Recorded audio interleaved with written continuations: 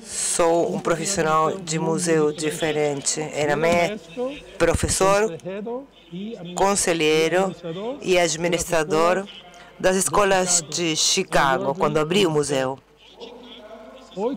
Hoje, Chicago e os subúrbios têm 1,5 milhão de habitantes mexicanos.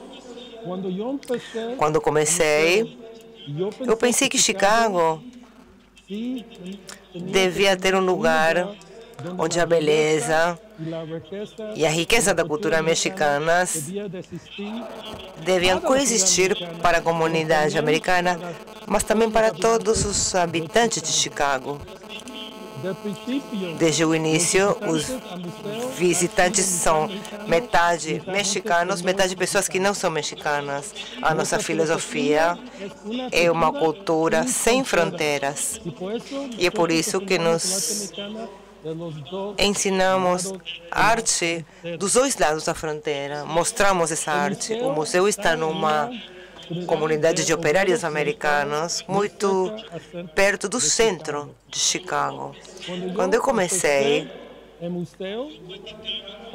museu, eu conversava com pessoas sobre as minhas ideias e todo mundo achava que eu estava louco. E falavam para mim, como pode ser um museu num bairro de operários? Como você vai fazer um museu de arte numa comunidade de operários?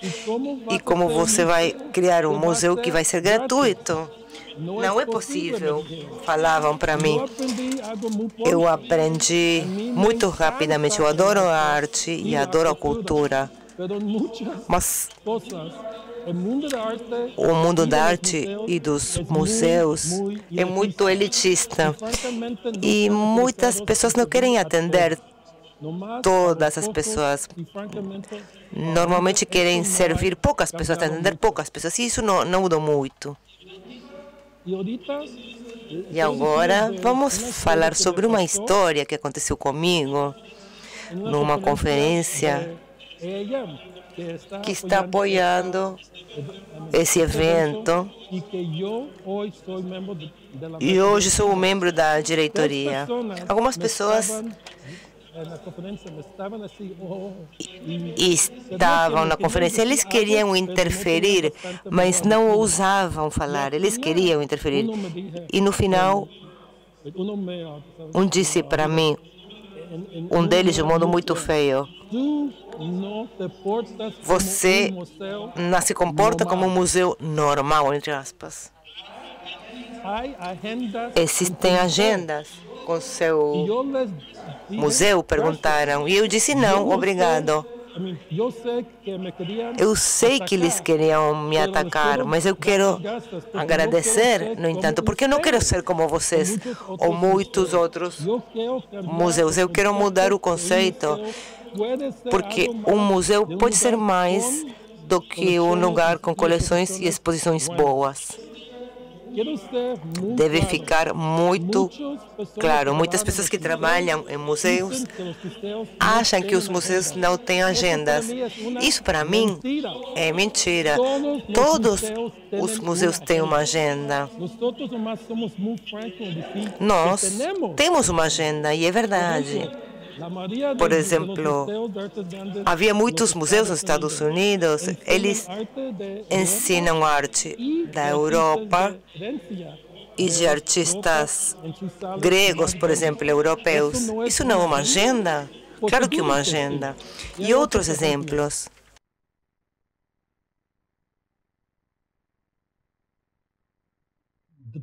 No início, queríamos fazer um museu muito diferente, muito novo. Eu queria um museu que mostrasse exposições e eventos de primeira qualidade, mas ao mesmo tempo eu queria mudar a ideia do que significa museu. Educação sempre foi importante para nós. 1/3 da equipe do museu trabalha para a educação e 1/4 para o orçamento. 1/4 do orçamento vai para a educação. Temos muitos programas diferentes, educacionais, no museu e nas escolas. E como podem ver aqui nas fotos que estamos mostrando, tivemos exposições excelentes.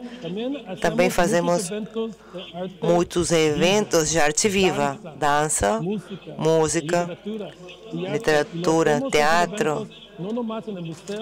E fazemos não unicamente no museu, mas em diferentes pontos de Chicago. Temos muita fama pela exposição do Dia dos Mortos. E uma coisa muito importante para nós é apoiar os artistas contemporâneos, especialmente os artistas locais.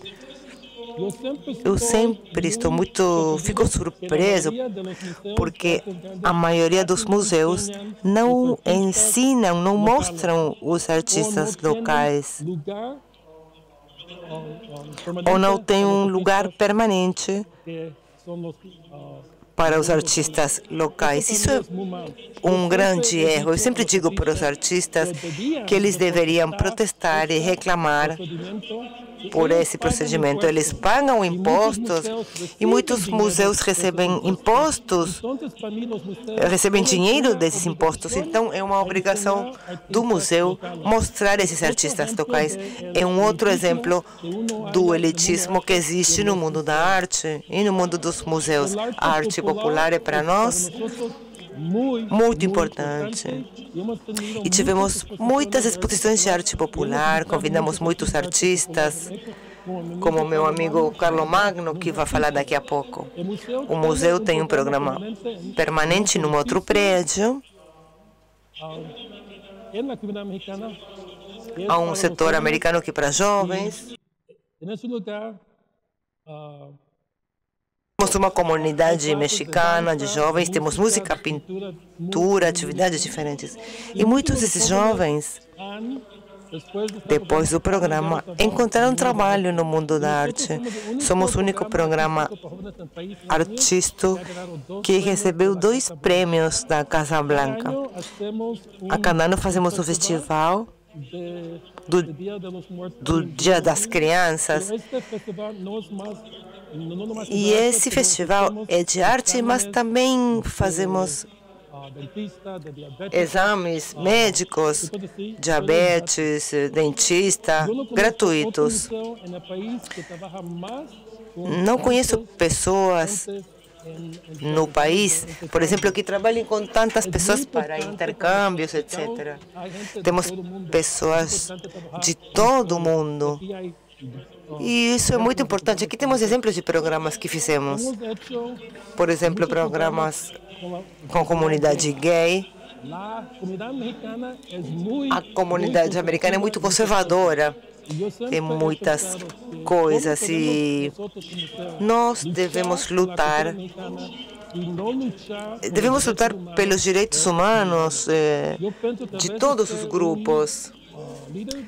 Desculpa, é a comunidade mexicana. Então, devemos fazer coisas que a comunidade pede e também devemos levar a comunidade num outro nível, num nível melhor. O museu é utilizado para muitas atividades diferentes que não têm nada a ver com museus. Aqui, por exemplo, temos eventos de doação de sangue. Durante a exibição do Dia dos Mortos. Há pessoas, mulheres, por exemplo, que nunca fizeram mamografia. Temos enfermeiras que ensinam como descobrir tumores de seio, o futuro câncer. A exposição da presença africana no México é uma exposição gigante, importantíssima. E nem sequer no México houve uma exposição tão grande quanto a nossa. E eu fico muito feliz porque amanhã vamos ter uma conversa, uma palestra sobre a arte africana nas Américas. Eu me sinto muito orgulhoso de ser mexicano. Para mim, isso é muito importante. É uma coisa muito importante na minha vida. Mas, ao mesmo tempo, o México não é perfeito. E o México, às vezes, não respeita muito as culturas indígenas. Há muita discriminação contra os indígenas. E no México, muitas vezes, uma pessoa como eu é muito melhor tratada do que um indígena. Fizemos muitas exposições da cultura indígena do passado e do presente e também apoiamos políticas. Durante a campanha de 2008,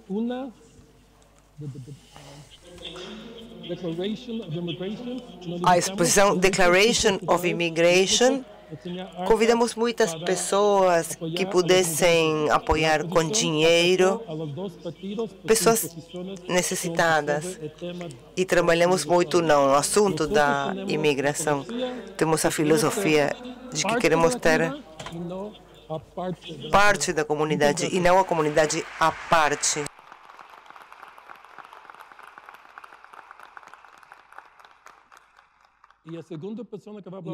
A segunda pessoa que vai falar hoje é Antônio Vieira, um dos diretores do Museu da Maré, no Rio de Janeiro. Fez um mestrado em Memória Social, trabalha atualmente com museus da comunidade e faz parte da rede de museus guia social no Brasil. Prazer, Antônio. Bom, eu não... Peço desculpas, eu não falo espanhol nem inglês. Né? Os hermanos, acho que ouvem, dá para entender um pouquinho o que a gente fala, né? Brasileiros, estão pertinho aqui. Eu vou falar da experiência, da nossa experiência lá na Maré, que é a maior área de comunidades faveladas, bairros populares que a gente tem no Rio de Janeiro. O Rio de Janeiro, ano que vem, vai estar sediando as Olimpíadas. O Rio de Janeiro é uma cidade conhecida pela beleza natural, mas é uma cidade que tem muitos desafios e muitos problemas. E eu venho de um lugar que é um lugar onde nós vivemos num ambiente de tensão, porque é um lugar onde nós temos ali uma questão muito latente de violência, de presença de grupos armados, uma presença equivocada também das forças do Estado. Né? Nós temos ali no Rio de Janeiro facções, e essas facções elas estão dentro da Maré, que é que agora eu desafio mexer com esse...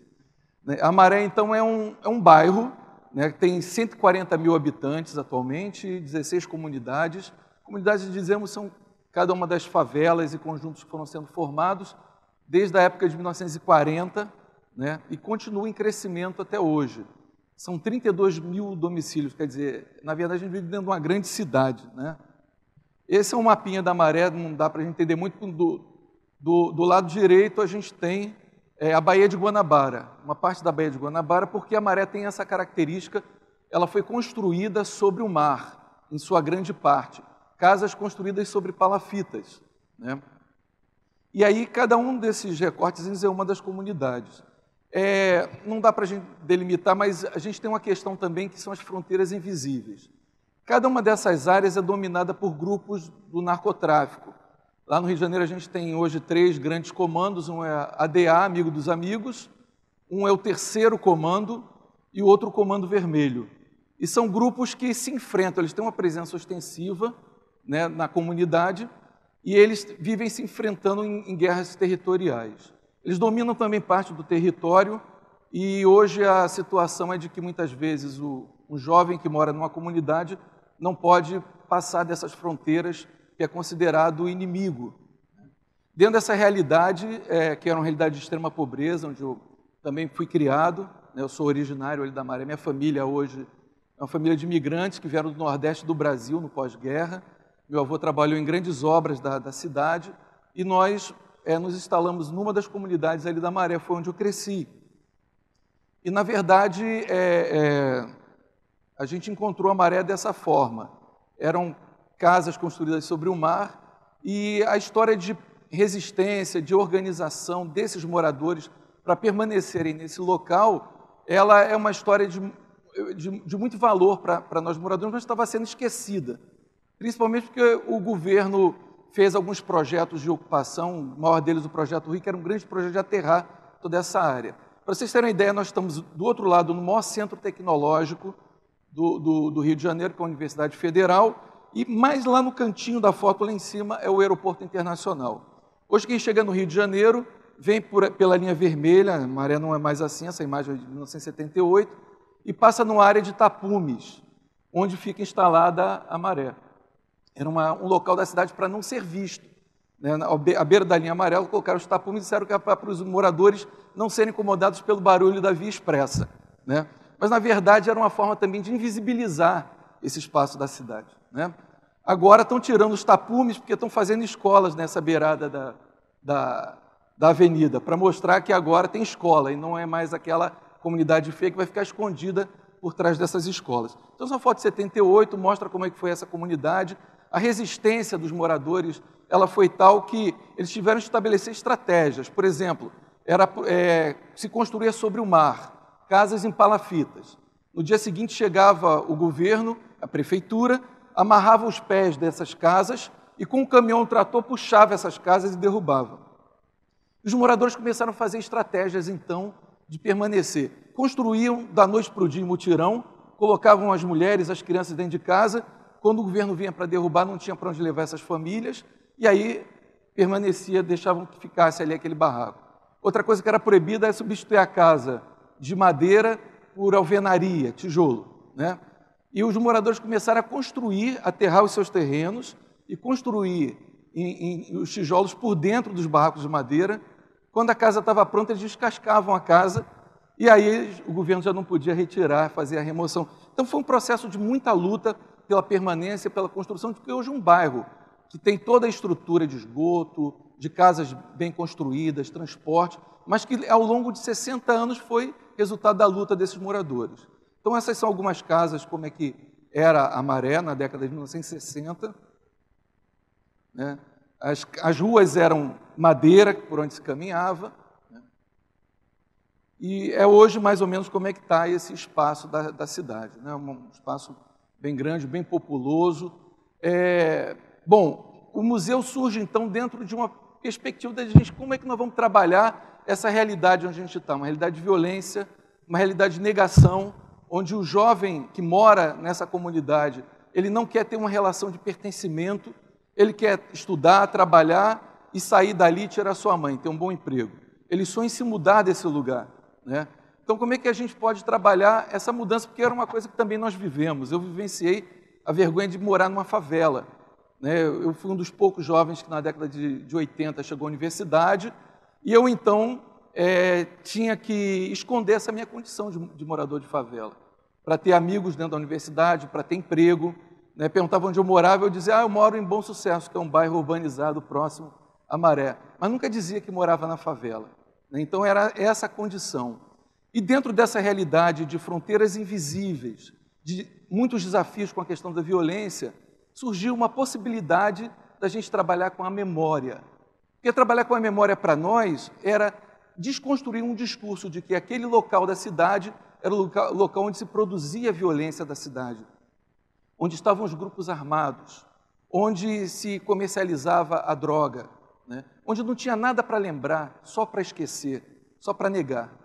Então, o museu ele vem nessa perspectiva. Então, essas são 3 fases. Nós ocupamos um galpão de uma antiga fábrica, porque houve uma evasão de empresas, de áreas de comércio, de indústria do local devido à violência, e nos foi oferecido um galpão. E naquele galpão, então, nós começamos a fazer um trabalho de memória, entrevistando moradores, desenvolvendo algumas exposições, e aí surgiu essa ideia de fazermos uma exposição que contasse, que falasse da vida da nossa comunidade, mas numa outra perspectiva. Não era ninguém falando por nós, éramos nós falando por nós mesmos.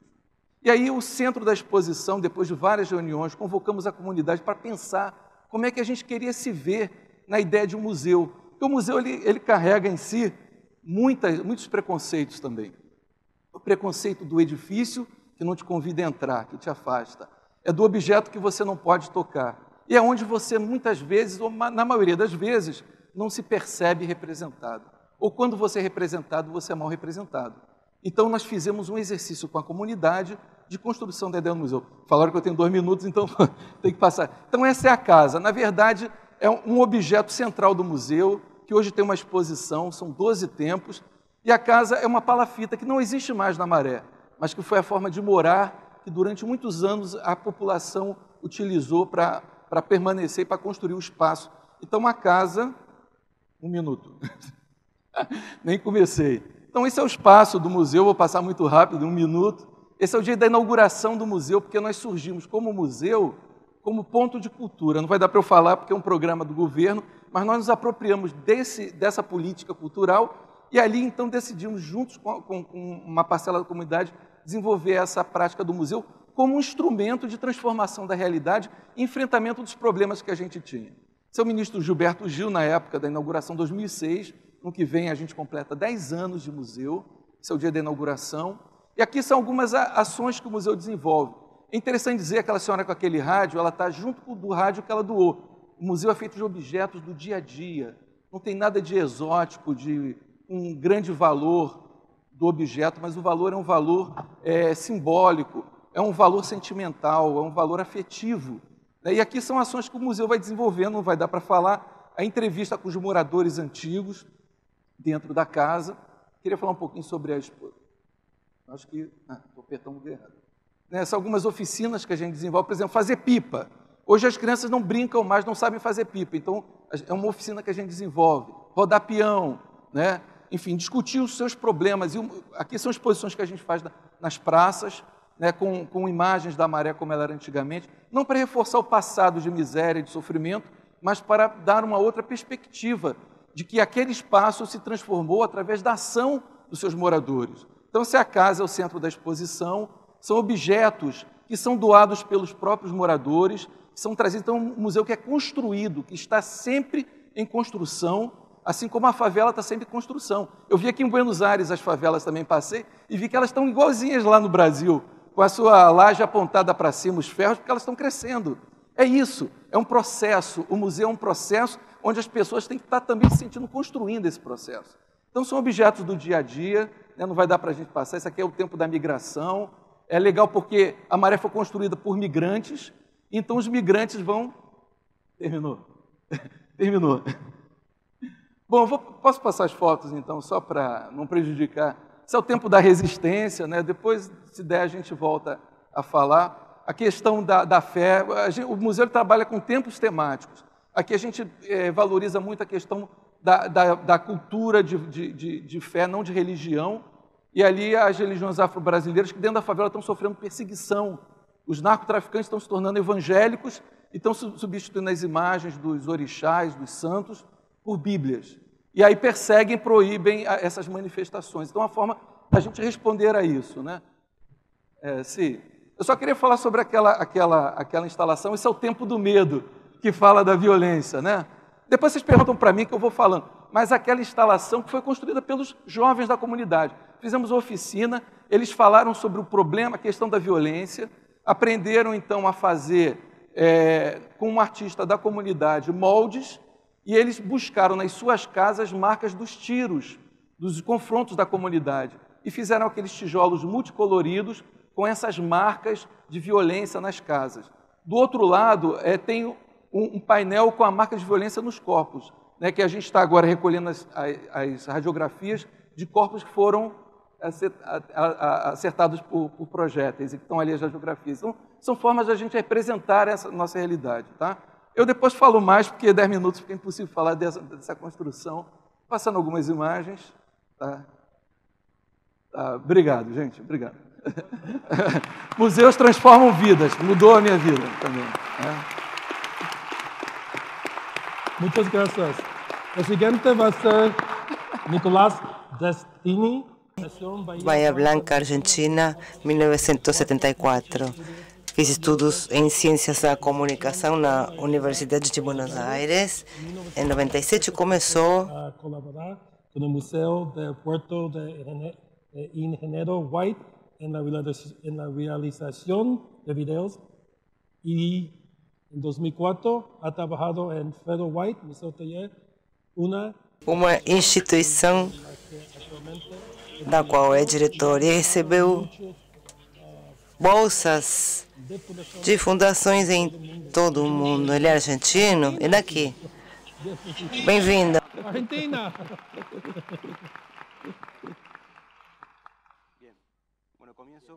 Vou começar. Temos imagens. A imagem negra faz parte do começo da apresentação.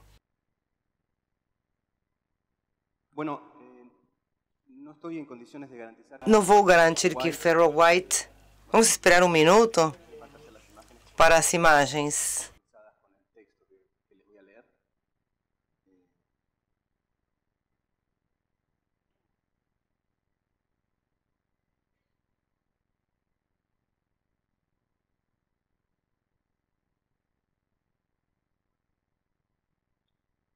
Então, simplesmente vamos ler sem imagens. Não posso garantir que Ferro White tenha mudado a vida de alguém. Ou não é nós que podemos falar isso. Mas é muito claro que esse museu não seria aquele museu que é. Que bom, chegou. Esse museu não seria o museu que é sem a trajetória de um monte de pessoas. Assim, para introduzir 10 anos de tarefa em 10 minutos cronometrados, pensamos que poderíamos contar um pouco sobre duas dessas pessoas, Adolfo Repetti e Pedro Caballero. Ou sobre como Adolfo, Pedro e muitos outros mudaram o nosso modo de entender o que é esse museu, qual o patrimônio, por que é que ele tem valor. Ferro White é um museu ferroviário, mas a maior parte dos objetos não foram doados pelo Ferrocarril Nacional General Roca e também não por concessionários privados que chegaram depois. Todos esses objetos estão aí porque alguns ferroviários tiraram do lugar onde trabalhavam e com ou sem aprovação dos chefes conseguiram levar para casa. Ninguém pensaria que eles roubaram. Eles esticaram a mão quando era claro qual ia ser o destino da empresa, da linha de ferragens. Era evidente que o próprio roubo acontecia à vista de todo mundo e era aprovado pelo ministro. É verdade, nem tudo que levou alguma coisa trouxe para o museu, mas também é verdade que se as nossas salas, nas salas não exibimos locomotivas, é porque ninguém conseguiu levar uma locomotiva no bolso. Até o momento, pelo menos. Uma das primeiras tarefas na Ferro White era acompanhar Adolfo Repetti procurando ferramentas no velho hotel de imigrante de Bahia Blanca, a cidade. Trazê-las foi um trabalho enorme, eram ferros muito pesados. E aí, carregando um caminhão, senti pela primeira vez a dor de cintura, que de vez em quando me lembra que, tragicamente, não somos jovens, e não viveremos para sempre. Os ferros poderiam ter permanecido onde estavam e ser fundidos, pelo menos por um tempo, mas não. Foi para o museu. Uma e outra vez martelam os meninos das escolas que nos visitam. Eles batem com os martelos, trabalham para saber que eles são mortais. E foi assim, porque aqueles que na década de 90 roubavam do ladrão entenderam também que a porção que faltava do botim, a fatia que faltava, não fazia parte da sua memória, mas funcionava também como um nexo necessário de uma história bastante mais ampla. Numa Argentina em que o sucateamento da empresa era feito com aprovação de muitas pessoas e cumplicidade da cúpula sindical, outros ferroviários nos deixavam uma pergunta difícil de responder. Somos donos de quê nesse museu? De qual coisa? É difícil essa pergunta, porque sobre as coisas podemos responder, mas sobre as perguntas não podemos pendurar etiquetas de inventário. Da vitalidade dessa pergunta, pensamos no modesto potencial político. Queremos fazer um rascunho da vida comum, depois de examinar com lupa a partilha dos bens produzidos que existem na nossa sociedade. Então, talvez a primeira coisa que vemos na Ferro White não são os objetos guardados, mas as mãos que sustentam esses objetos. Ferro White é um museu oficina, o lugar em que as coisas, além de serem exibidas, são fabricadas. É um museu sujo sujeira, cria manchas identitárias que ficam embaixo das unhas. Essas são as mãos do Pedro, as mãos do Pedro. E vou falar com palavras de um ex-companheiro, Marcelo. Como dizer, uma chave, uma ferramenta é unicamente um pedaço de ferro, mas uma chave nas mãos do Pedro, como nas mãos de outros ferroviários, é também um objeto valioso. E essa ferramenta está no traçado urbano de uma cidade, está no porto, está nas entidades de grãos. Houve um geral nos Estados Unidos para trabalhar na rede de trens, a greve, muitas memórias, a sua companheira, seus filhos. Um futebolista, um jogador de futebol naqueles tempos recebia menos salário do que acontece hoje. Teve muitos amigos. Teve muitas pessoas nessa greve que acabaram presas. Isso tudo estava na cabeça do Pedro. Por isso ele podia doar uma ferramenta, falando que esse objeto era um objeto histórico. Não existem grandes e pequenas histórias dos notáveis e das pessoas comuns. São histórias e pronto. A vida muda, é contraditória, diversa. Mas o que as mãos do Pedro sustentam nessa fotografia não é uma chave, não é uma ferramenta. São partes de umas obras. Talvez hoje, 10 anos depois, o grande doador de objetos não seja uma pessoa, mas o mar. Por essa língua, por essa parte, por essa área, chegam muitas coisas diariamente. Restos de naufrágios, por exemplo, em perpétua expansão e fuga, que o capitalismo aparecem pneus, grãos de soja, madeiras que o maré arrasta e leva para o porto ou para obras que foram abandonadas. Mas por que valeria a pena incorporar isso na coleção de um museu, esse lixo? Porque através do trabalho, um pedaço de madeira é a ponta do novelo. Um pedaço de uma... É como se fosse um pedaço de uma árvore que nos leva através de épocas e nos permite conhecer as infraestruturas, a história, os negócios, a exportação. Há protagonistas que mudam, há muito dinheiro em jogo. E a apropriação é muito desigual por parte dos trabalhadores, do Estado, da comunidade. Todo mundo tem sustento nessas madeiras que Pedro mostra aqui e que coloca nas mãos de vocês. Compreender isso depende de fazer alguma coisa com essas madeiras, com esses pilotes. Temos que organizar uma coisa diferente.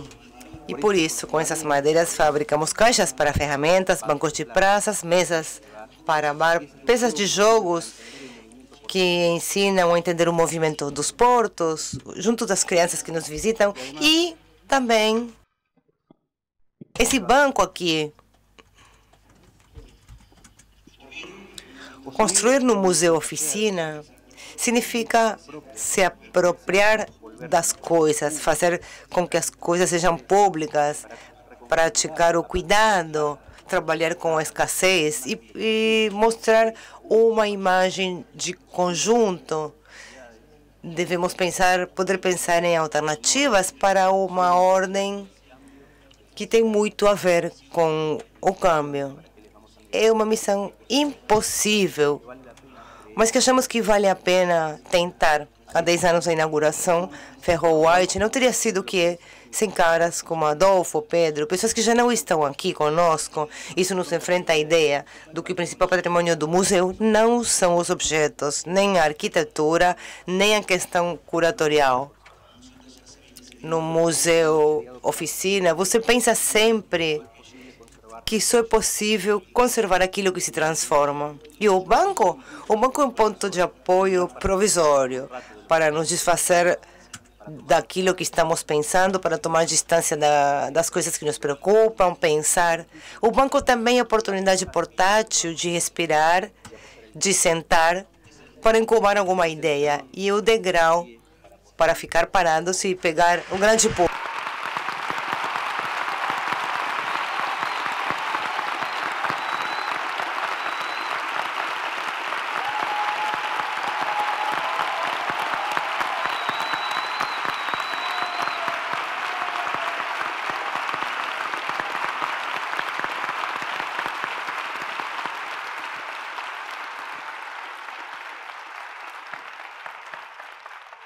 Gracias, Nicolás. El próximo presentador es Carlomagno Pedro Martínez. Nació en San Bartolo, Coyotepec, Oaxaca, en 1965. Estudió en el taller de artes plásticas de Rufino Tamayo, para ser escultor en cerámica. Fez escultura em cerâmica. Foi curador do Museu do Estado de Arte Popular de Oaxaca, com mais de 30 anos de currículo em exposições no México e em todo o mundo. Entre seus reconhecimentos mais importantes, ele recebeu o Prêmio Nacional da Juventude em 87, em Artes e Tradições Populares, o Prêmio das Ciências e das Artes em 2014,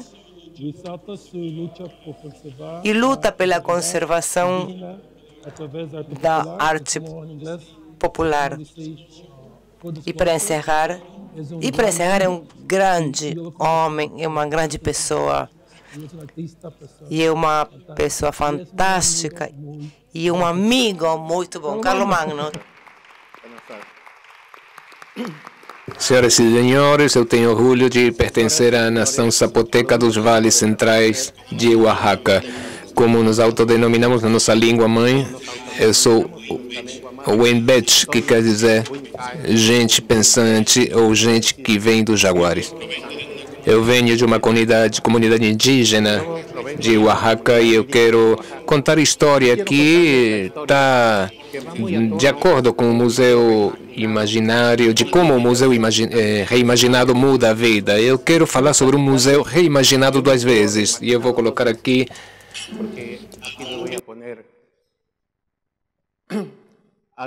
algum pensamento que eu tenho. O museu é um lugar onde se promove, se conserva e se difunde o tesouro e o valor da cultura da inteligência humana.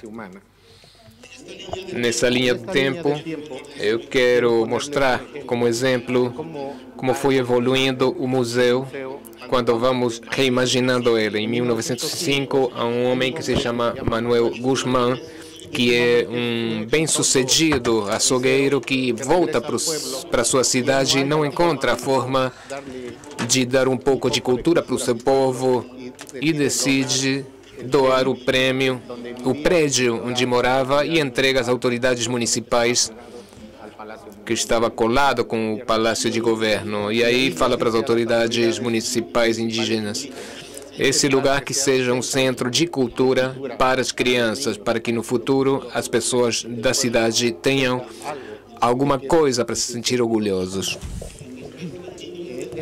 Em 1907 é fundada a primeira escola primária do 1º grau nesse prédio e a partir dali até 1994, quando um servidor teve a ideia de fazer o Museu de Arte Popular Municipal. A ideia do museu reimaginado começa com Manuel Guzmán, que sonhava com um espaço cultural num povo indígena. E eu, através das histórias, das lendas, na minha comunidade, eu estudei para mestre em artes plásticas, mas fiquei com o material da minha comunidade. E eu continuo fazendo isso e as pessoas percebem, e o Estado mexicano diz: esse rapaz gosta de defender a identidade nacional, e me deram um prêmio em 1987. E aí começo a pensar, como eu posso reentregar para a minha comunidade um pouco do que eu recebi da sua cultura. Em 88, chegam algumas pessoas de Chicago, veem o meu trabalho e me convidam para, no ano 89, visitar o museu. E essa é a segunda vez quando eu começo a reimaginar o museu. Eu fiquei impressionado pela comunidade mexico-americana e de uma porção de professores que veem a forma de resgatar a cultura mexicana e a introdução da mesma através deste museu. Eu me lembro do impacto que tive, porque era um espaço muito grande, parecido a uma loja de conveniência, que é muito famosa nos Estados Unidos. É um espaço muito grande, tudo estava exposto aí. Eu encontrei um diretor-geral que me trata muito gentilmente e, na sua vocação de educação, falou para um rapaz semi-analfabeto porque trouxeram para ele para os Estados Unidos. Por que era importante a presença desse rapaz aqui? E aí então eu percebi a importância do espaço museu para a educação das pessoas. Não é para turistas, é para começar a educar a juventude, as crianças, a partir do primeiro grau, do segundo grau. É muito, muito importante que fique aí exposto a forma da consciência humana, para ver a forma como, no caso do meu povo, é um povo indígena que está reproduzindo mais de 2.500 anos a sua cerâmica preta, o famoso barro de Comotepec. Há 16 etnias vivas, com línguas vivas, e todas as comunidades são 570 municípios, um total de 45.000 pessoas que estão trabalhando na arte genuína de Oaxaca. E nos anos 90 havia um museu de arte contemporânea, mas não havia um museu da arte genuína de Oaxaca. Porque artesanato foi o termo que colocaram quando chegou a conquista, mas a arte genuína é a expressão viva das pessoas da comunidade. Em 94, eu participei de uma Assembleia Geral da Comunidade, que são muito fortes, onde a gente se exibe, como nesta conferência, e se você tem uma proposta, pode ter uma proposta imediata. Foi muito importante para mim me fortalecer depois da autoestima que eu trazia, e começam algumas falas para me vaiar, mas me lembro de um homem muito importante na cidade para o desenvolvimento desse museu que começamos a pensar, Dom Facundo Leão Pérez. Ele ficou em pé, ele lia os livros que chegavam à cidade e tinha essa forma de projetar o que aprendia através da leitura.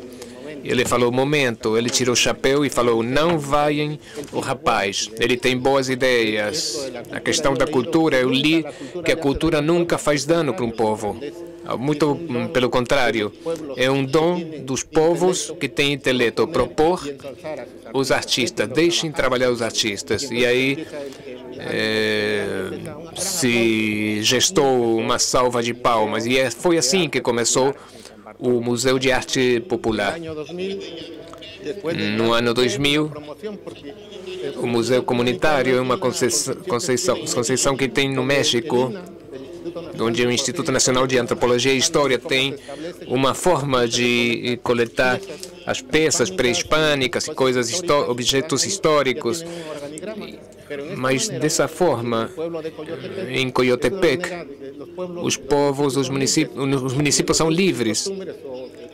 Dessa forma, a ideologia de cada povo é como um país independente dentro do mesmo estado, do mesmo país.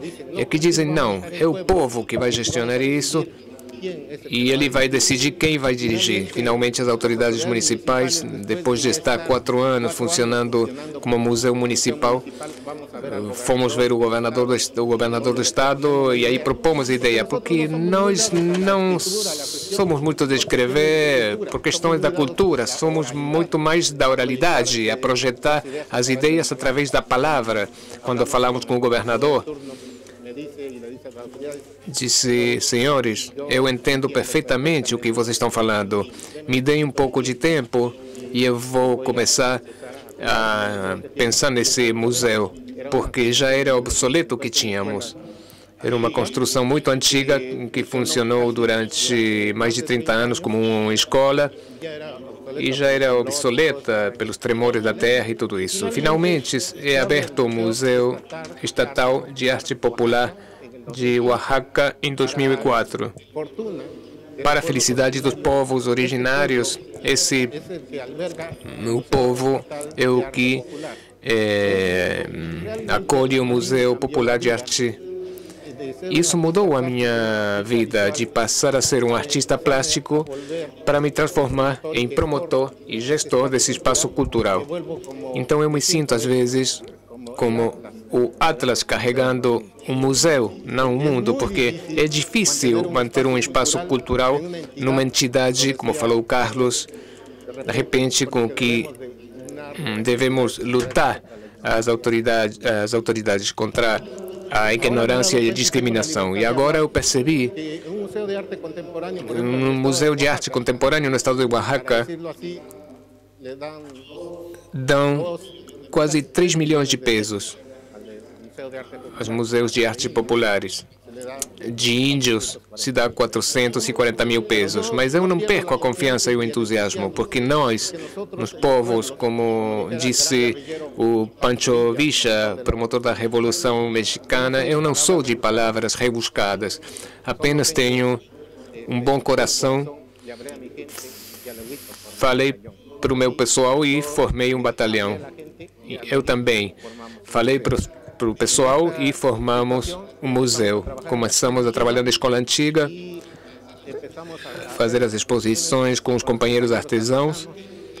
Finalmente, a edificação desse espaço com 4 metros de altura, que é a medida padrão, é um museu que foi criado em Oaxaca para ser museu. E aqui temos o referente histórico das pessoas de Coyotepec. Esses são os artistas contemporâneos, originários de Oaxaca e dos povos indígenas que estão trabalhando e que me apoiaram.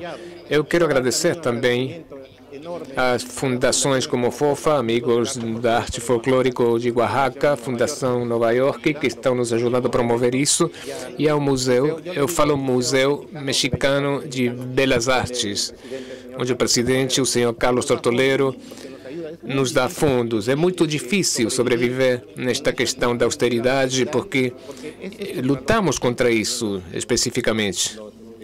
Os museus, os espaços culturais, os fundos para fazer coisas. Aqui os artesãos, os artistas populares dão o seu trabalho, oferecem o seu trabalho. É assim que vamos projetando e temos 4 exposições por ano. Aqui temos algumas imagens, porque também é educativo. É um protótipo do Museu de Belas Artes Mexicanos de Chicago e é como um filho desse espaço. Por isso, os museus mudam a vida nas comunidades. O museu comunitário vai se transformando e também o museu reimaginado é questão de colocar imaginação para continuar avançando. Muito obrigado.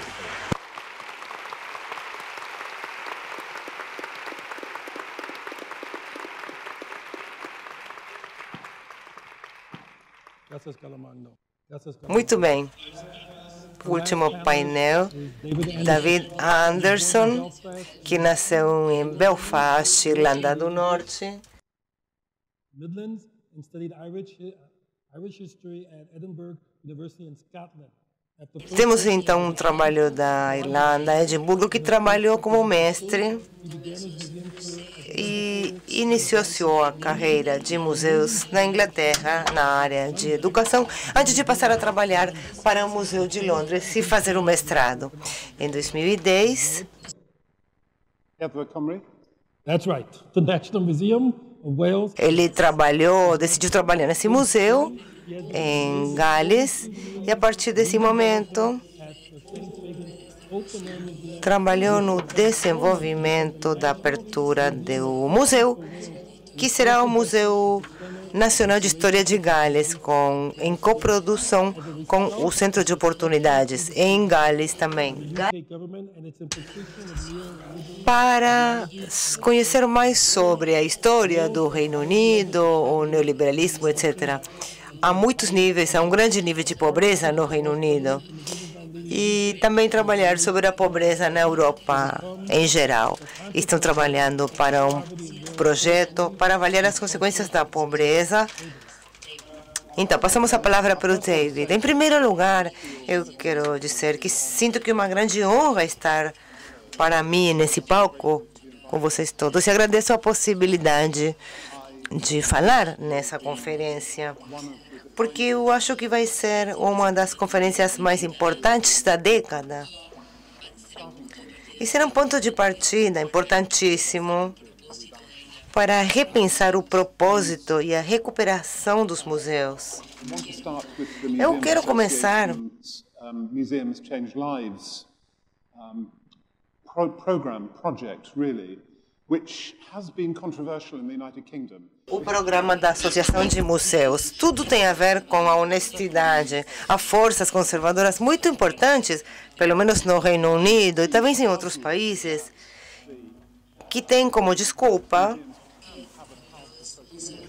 que os museus não podem ter um poder transformador importante. O programa propõe que os museus devem melhorar o bem-estar, criar melhores lugares e inspirar valores.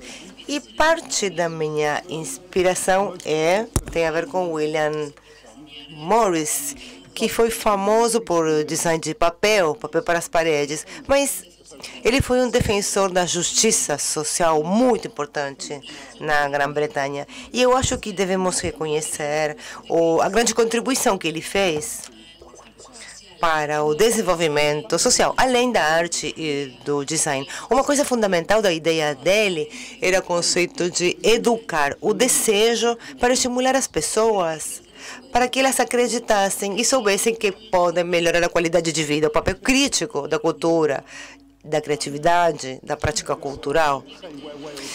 Então, bom, muitas pessoas não sabem onde fica Gales.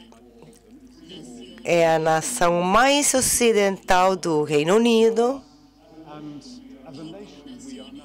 E como nação estamos surgindo e analisando a nossa própria identidade e a nossa visão para o museu que acabamos de reformular. É o nosso trabalho inspirar as pessoas e também o nosso trabalho ajudar as pessoas a mudar a vida do modo que eles querem mudar.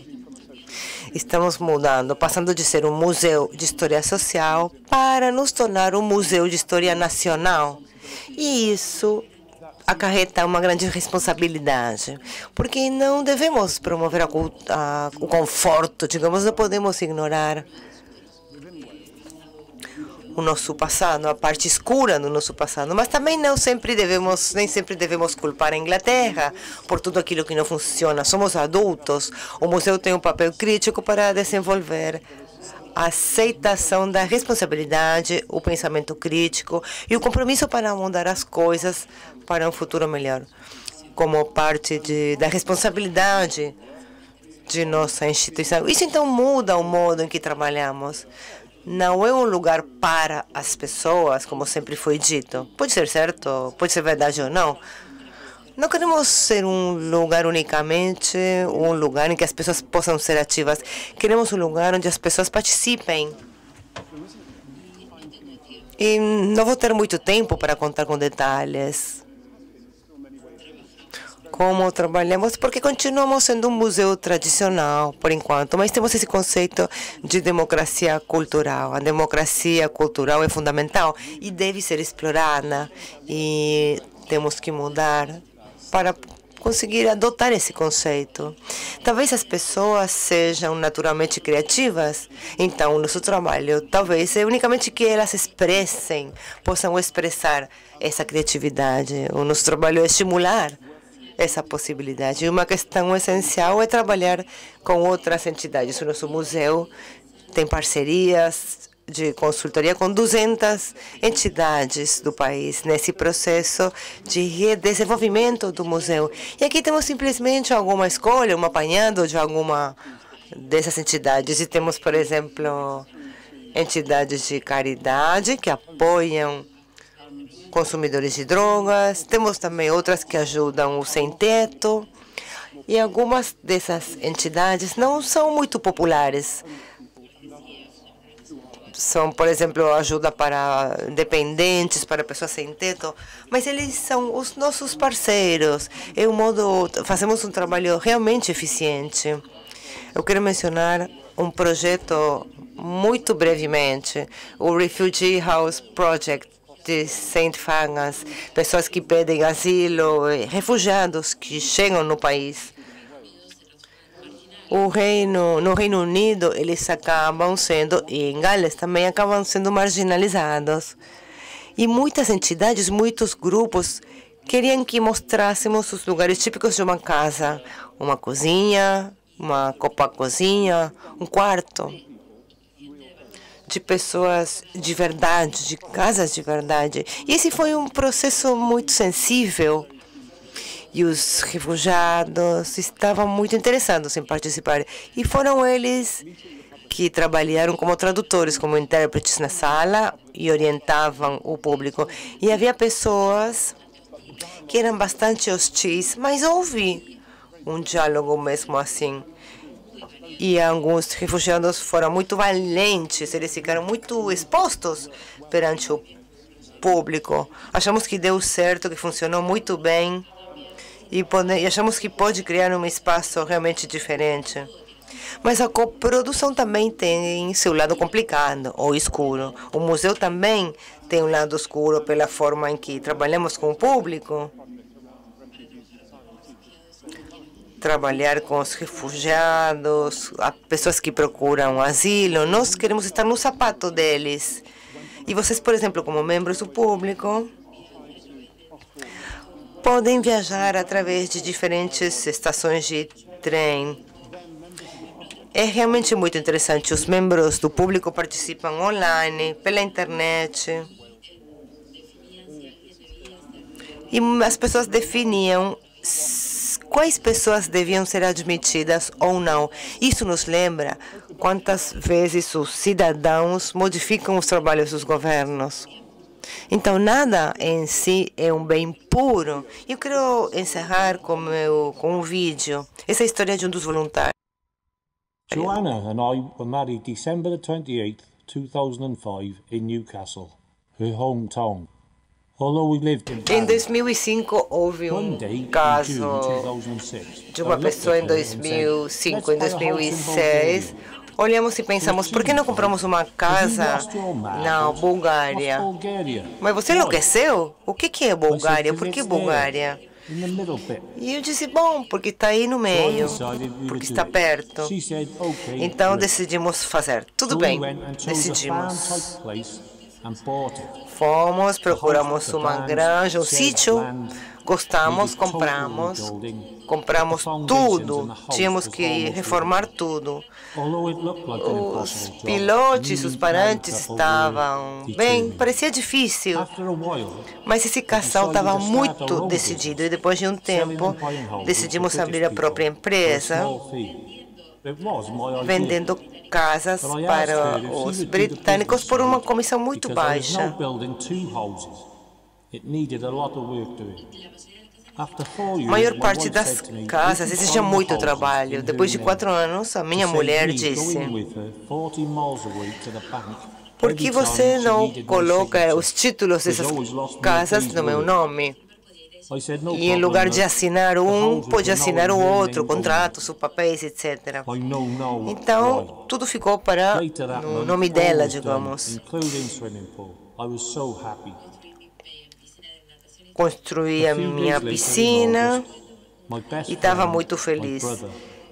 E depois o meu irmão, meu melhor amigo, morreu com 53 anos. Eu estava realmente destruído. 4 dias depois disso, a minha mulher me disse que tinha conhecido um outro homem e que já não precisava de mim. A minha casa, ela era dona de todas as minhas casas. Em 4 dias, perdi meu melhor amigo no mundo, meu irmão, minha mulher, meu filho, meus animais e minha casa, que tinham levado tanto tempo para construir. Para sair da Bulgária, me deu uma mala pequena, rosada, para que não tivesse que pagar excesso de bagagem e voltei para Bari. Nos 3 meses seguintes, a única coisa que queria era morrer. E bebi até quase morrer. Estava quase que morto em novembro, mas continuava respirando. Tinha um pouquinho de vida e decidi procurar ajuda num abrigo para alcoólicos, trabalhar num programa de reabilitação, etc. E nos seguintes meses comecei a trabalhar em casa e depois recebi a oferta de trabalhar como voluntário. E eu aceitei. Estava aterrorizado, pensando em sair à rua, mas eu me senti tão bem, eu me sentia desejado, útil. Os voluntários são os meus amigos, estou vivo, mais uma vez. E eu diria para outras pessoas que desistiram, procurem esse fôlego, procurem outra coisa que faça com que possam recuperar a vida. Eu deveria dizer que Paul ele quis fazer esse filme, esse vídeo, para estimular outras pessoas, para que essas pessoas saibam como os museus podem ajudá-las. É muito importante, então, para ele mostrar esse filme. E uma história tão pessoal e que revela tanto de si mesmo. Eu queria fazer uma pergunta para o Nicolás. Eu queria perguntar para ele.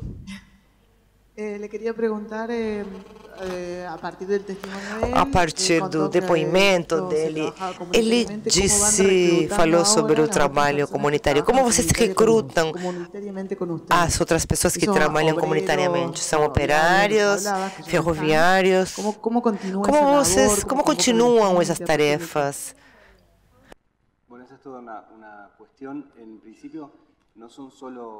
Inicialmente, não são unicamente trabalhadores da linha de ferragem ou do porto, etc. O museu não fica fechado para a especificidade de um vínculo. O museu recebe pessoas de todo tipo, crianças das escolas, outras pessoas que não têm ofício de ferroviário. Eu não sei se a palavra adequada seria recrutar, não é que existe afinidade e são trabalhos que fazem com que eles acabem se integrando, mas o museu desenvolve com diferentes pessoas diferentes relações, algumas têm mais distância, outras menos. Acho que talvez seja um caminho que inicia fazendo uma entrevista, indo já para casa dessa pessoa, visitando novamente, depois a pessoa visita o museu e começa a colaborar conosco, começa a ficar. E aí também é um trabalho de redes de amigos que se recomendam. Uma das primeiras pessoas foi Attilio Miglianelli. Ele encontrou Pedro Cavalheiro, que eu falei para vocês. Enfim, todos fomos. Ele estava deprimido no porto, não encontrava o sentido para a sua vida. E ele falou, tem uns caras meio malucos, mas bom, e ele começou a visitar o museu e depois ele ficou no museu, que não é nosso, não é unicamente nosso. Olá. Para qualquer um ou para todos os palestrantes, qual vocês acham que é a contribuição dos museus comunitários nos processos de representação e gestão da cultura? Quem é que vai responder? O que eu vi é que a repercussão que teve por causa dos museus comunitários é que houve a inquietação de promover entre a juventude o amor e a proposta para continuar fazendo as artes originárias, para que desse modo eles tenham mais identidade, mais raiz na própria comunidade, porque temos muita migração, as pessoas normalmente acabam indo para o norte, para os Estados Unidos. Eu não continuei porque não houve tempo. Temos programas de bolsas, por exemplo, que são implementadas através de entidades internacionais. E agora, então, a comunidade, particularmente do lugar onde está o museu, tem esse espaço e sente esse espaço como próprio. O que queremos é reforçar a identidade dos jovens, dos meninos, e isso é muito importante porque é importantíssimo defender a própria identidade. Isso tem a ver com o sentimento de pertença na comunidade. Sim, para Para Ferro White e o Museu da Maré, como se financiam os museus na Argentina? Aqui é uma questão fundamental, recursos econômicos. Bom, essa é uma questão crucial, né? O Brasil está passando por uma crise econômica e, na verdade, quando se fala em cortar custo, se corta custo primeiro na cultura, enfim, uma mentalidade absurda, o investimento é tão pequeno e o retorno que nós temos com essas ações é tão grande, um potencial tão grande. O museu ele vive hoje do programa Pontos de Memória de Cultura, que é um programa do governo federal, um aporte pequeno, e vive muito da boa vontade da própria comunidade. A gente tem muitas pessoas trabalhando como voluntárias, pessoas que dão a sua contribuição de alguma forma para o museu na própria comunidade, mas é claro que isso é um limitador para nós, né? A questão da institucionalização é muito complicada. E o museu hoje passa por um problema que é a empresa que é dona do galpão pediu o galpão, hoje está fazendo um ano que a gente recebeu uma ordem de despejo, né? Porque aqueles galpões eles não são alugáveis, vendáveis, e por causa da questão de onde está localizado.